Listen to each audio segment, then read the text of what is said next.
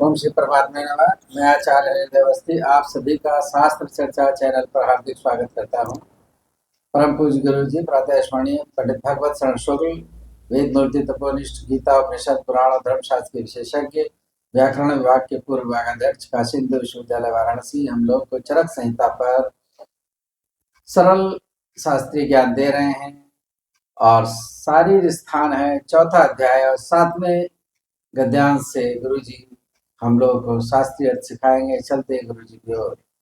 यल्लीलायित विश्वमेतदखिलं यस्मिन् पुनर्लीयते यस्मात् स्थावरजङ्गमात्मकमिदं लोकं दरीदृश्यते भासा यस्य विभान्ति सर्वजगतः ज्योतींषि सर्वात्मना तं देवं जगदेककारणमयं वन्दे त्रिलोकीश्वरं।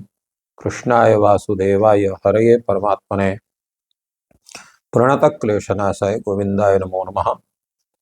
शास्त्र चर्चा इस चैनल से संबद्ध सभी विद्वद्गण, सभी जिज्ञासु छात्रवृंद, सहृदय सज्जन वृंद एवं इस चैनल के व्यवस्थापक आचार्य हरिहृदय अवस्थी जी, आप सभी का चरक संहिता के शरीर स्थान के चतुर्थ अध्याय, जिसका नाम महती गर्भावक्रांति शरीराध्याय है, उसके विचार परंपरा में आप सबका स्वागत है। आज हम लोग कल के विचार से कि गर्भ की स्थिति कैसी बनती है, गर्भ का स्वरूप क्या है, जिस पर चर्चा हुई है, और आज उस पर विचार होगा कि जो है किस क्रम से गर्भोत्पत्ति की स्थिति बनती है। तो जिस क्रम से गर्भोत्पत्ति की स्थिति बनती है उसका विवेचन आज हम लोग करेंगे और उसके आगे का विवेचन होगा। आचार्य आत्रेय कहते हैं, यया चानुपूर्व्या निर्वर्तते कुक्षौ ताम व्याख्यास्यामः। अर्थात जिस क्रम से कुक्ष में गर्भ की अभिनिर्वृत्ति अर्थात स्थिति बनती, उत्पत्ति होती है, उस पूरे विषय की व्याख्या हम करेंगे। गते पुराणे रजसी नवे चावस्थिते शुद्ध स्नाताम स्त्रियम अव्यापन्न योनि शोणित गर्भाशय मृतुमतीम आचक्षमहे। किस तरह की स्त्री गर्भधारण के लिए उपयुक्त होती है, पहले इसका विचार हो रहा है। तो इस पर कहा गते पुराणे रजसी नवे चावस्थिते। जब रजो धर्म होता है स्त्री को, तो पुराना जो उसका महीने भर का जितना भी वो रज है, दूषित रज, वो सब उसका निकल जाता है और चौथे या पांचवें दिन वह स्त्री शुद्ध होती है और उसके शुद्ध होने पर उसको नव रक्त का संचार उसके शरीर में होता है और रजो उसका नूतन होता है। तब वो जो रजो धर्म की निवृत्ति होने के बाद जो वो शुद्ध होती है, स्नान करती है। और कैसी है वो? आव्यापन्न योनि शोणित गर्भाशय, जिसका योनि भाग, उसका जो है रज भाग और गर्भाशय भाग, दोनों जो है वो किसी भी प्रकार के रोग से ग्रस्त नहीं है। ऐसी स्थिति में वह ऋतुमती कही जाती है और उससे उसको गर्भाधान किया जाता है। और उसकी स्थिति क्या है? तया सह तथा भूतया यदा पुमान अव्यापन्न बीजा मिश्री भाग गच्छति। उस ऋतुमती स्त्री के साथ जो जिसका योनि भाग, रज भाग, गर्भाशय भाग पूर्ण रूप से व्याधि मुक्त है, और ऐसे ही पुरुष है, पुरुष को भी जो है अव्यापन्न बीज, जिसका जो है वीर्य जो है वो किसी भी प्रकार से दूषित नहीं है, पूर्ण रूप से स्वस्थ मनुष्य है।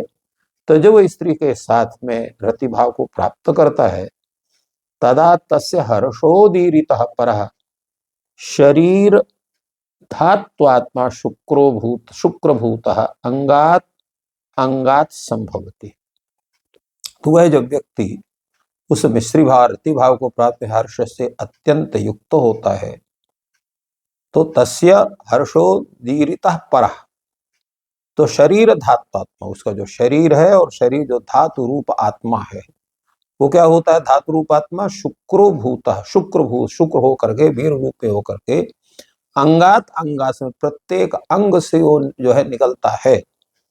स तथा हर्षभूतेन आत्मना उदीरितश्च, और उसके हर्षभूत से, उसके आत्मा से उदीरित कथित और उसमें अधिष्ठित जो बीज रूप धातु है वो पुरुष शरीर से निकल करके पुरुष शरीरात अभिनिष्पत्य निष्पत्य उचितेन पथा गर्भाशयम अनुप्रविश्य, और पुरुष शरीर से निकल के जो है उचितेन पथा, और उचित पथ क्या है? रतिकर्म, अर्थात शरीर में जो है पति पत्नी का जब रतिकर्म होता है तो रतिकर्म में बीज का जो आधान है, जिसको हम लोग वीर्य कहते हैं, वो बीज भी कहा जाता है, वह जो है इंद्रिय के माध्यम से गर्भाशय में उसको जो है पहुंचाया जाता है। प्रविश्य आर्तेन अभिसंसर्गमेति, इन्होंने कहा कि अर्थ, क्योंकि उस समय पर स्त्री का भी पतन होता है, पुरुष का भी पतन होता है, तो आर्त से मिश्रित होकर के वीर गर्भाशय को प्राप्त करता है। तो तेर अब प्रविश्य आर्तवेनाभिसंसर्गम एति, आर्तवेन स, आर्तवेन स्त्रियः रजसा अभिसंसर्गम, अभिसंसर्ग और उसके संबंध को प्राप्त करके एति गर्भाशय को प्राप्त करता है। तो बड़े सुंदर ढंग से पूरा विवेचन यहाँ पर हुआ। उसके आगे कहते हैं तत्र पूर्वम चेतना धातु सत्वकरण गुण ग्रहण प्रवर्तते। होता क्या है पहले, उसका स्थिति क्या बनती है, तो प्रत्येक का क्रम बड़े सुंदर ढंग से यहाँ पर बतलाया गया है। तत्र पूर्वम चेतना धातु सत्वकर्ण गुण ग्रहणाय प्रवर्तते। सर्वप्रथम ऋतुकाल में जो शुद्ध जो है चेतना धातु अर्थात शुक्र शोणित है, वह जो है सत्वकर्ण, वह जो है सत्व से उपस्थित होकर के मन, सत्व का मतलब होता है मन, यहाँ सत्वकर्ण मन रूप साधन के माध्यम से गुण ग्रहणाय, वह जो है तो गुण का मतलब होता है पंच महाभूत, गुण ग्रहणाय पंचभूत ग्रहणाय, अर्थात पृथ्वी जल तेज वायु आकाश, इन गुणों को ग्रहण करने के लिए क्या करता है? वो प्रवर्तते, प्रवृत्त होता है, उनके लिए प्रवृत्त होता है।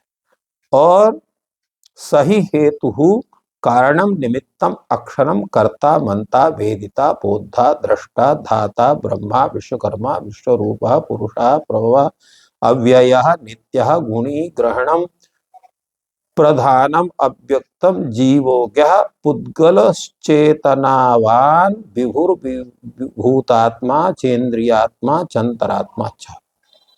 और वो जो उसका हेतु है उसी को हेतु भी कहते हैं, कारण भी कहते हैं, निमित्त भी कहते हैं, अक्षर भी कहते हैं। वही करता है, वही मनता है, वही जो है वेदिता है, जानने वाला है, वही बुद्ध जो है बोध करने वाला है, वही देखने वाला है, वही धारण करने वाला है, वही सृष्टि करने वाला है, और वो विश्वकर्मा है, सभी को बनाने वाला है, विश्व रूप भी है, पुरुष भी है, वो प्रभव भी, हमारे सामर्थ्यशाली भी, अव्यय है, अव्यय का मतलब होता है जिसका कभी नाश ना हो, नित्य नित्य है, और गुणी है, गुण अस्ति असौ गुणी, गुणों को धारण करने वाला है, और ग्रहण भी है, ग्रहण भी उसको कहा जाता है, तो ग्रहण भी है वो, और क्या है?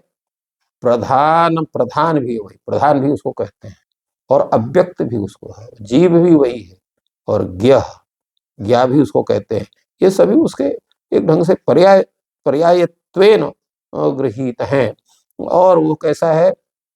यहाँ पुद्गलहा, पुद्गल का मतलब होता है कि जो है वह आत्मदेह इत्यादि तीनों में सुंदर आकार से वह जो स्थित है। सुंदर आकारे त्रिषु पुंसी आत्मदेह हो, पुरुष में, आत्मा में और देह में, तीनों में जो रहे उसको कहते हैं पुद्गल। तो पुद्गल है। और क्या है? वो चेतनावान, वो चेतनावान है, चैतन्य है, विभु है। विभु शब्द का अर्थ होता है व्यापक, सर्वत्र व्याप्त, व्यापक है, व्यापक, विभु व्यापक है, व्यापक है। और कैसे? भूतात्मा, वह भूतात्मा है। भूतात्मा ने इंद्रियात्मा, अंतरात्मा। भूतात्मा ने इंद्रियात्मक है, इंद्रियों को धारण करने वाला, इंद्रियों का आश्रय है। और चांतरात्मा चा, वो विभु भी है, भूतात्मा भी है, इंद्रियात्मक भी है, और अंतरात्मा, अंतरात्मा भी उसको कहते हैं। तो वह जो आत्म तत्व है, गुणोपादान काले अंतरिक्षम पूर्वतरम अन्येभ्यः गुणेभ्यः उपादत्ते। तो यह जो उपर्युक्त विशेषणों से युक्त जो आत्मा है, यह गुण ग्रहणाय, गुण के ग्रहण करने के लिए, गुण का मतलब वही जो पूर्व में बताया गया था, जो है पृथ्वी जल तेज वायु आकाश। तो इन जो है आत्मा गुण ग्रहण करते हो समय अन्य गुणवानों की तुलना में पहले आकाश तत्व का ग्रहण करता है सबसे पहले। जैसे प्रलय काल के समाप्त हो जाने पर बाद में पुनः प्राणियों की सृष्टि करने वाली, जो करने की इच्छा वाली जो अक्षरभूत, वह आत्म सत्व रूप उपादान कारण का सहारा लेकर के सबसे पहले अव्यक्त गुणवान आकाश की रचना होती है। क्योंकि शब्द गुणकम आकाशम, शब्द गुण वाला आकाश होता है, तो पहले आकाश की रचना होती है।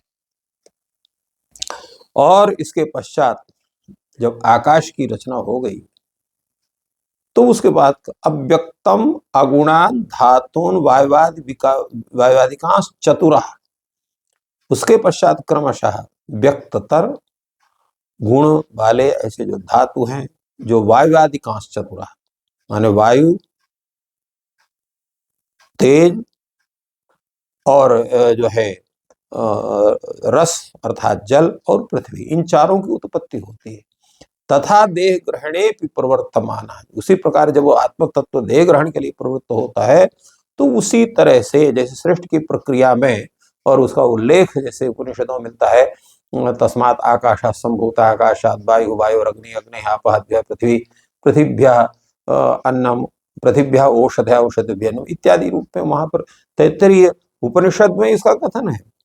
उसी तरह से यह देह भी पहले आकाश को प्राप्त करता है, और आकाश को प्राप्त करने के बाद जो है क्रमशः जो है वो व्यक्ततर गुणों और धातुओं को लेकर के जो है फिर वायु को, फिर इसके बाद तेज को, फिर जो है रस अर्थात जल तत्व को, फिर इसके बाद पृथ्वी तत्व को, इनको सबको धारण करता है। सर्वमपितु खलु एतद् गुणोपादानम अणुना कालेन भवति। और ये जितने भी गुणों का उपादान है, ग्रहण है, ये कितने दिन लगता है इसको लेने में? तो कहा अणुना कालेन, बहुत से अल्प समय में वो सभी गुणों इत्यादि को धारण करता है। तो इस तरह से इनका विवेचन हुआ है, और इसके आगे का जो विवेचन है उस पर फिर हम लोग कल चर्चा करेंगे। तो इस प्रकार गुरु जी ने बहुत ही सरल शब्दों में शास्त्रीय अर्थ 7वें और 8वें अध्याय का बताया। चर्चा आगे चलती रहेगी। आपका दिन शुभ हो। धन्यवाद।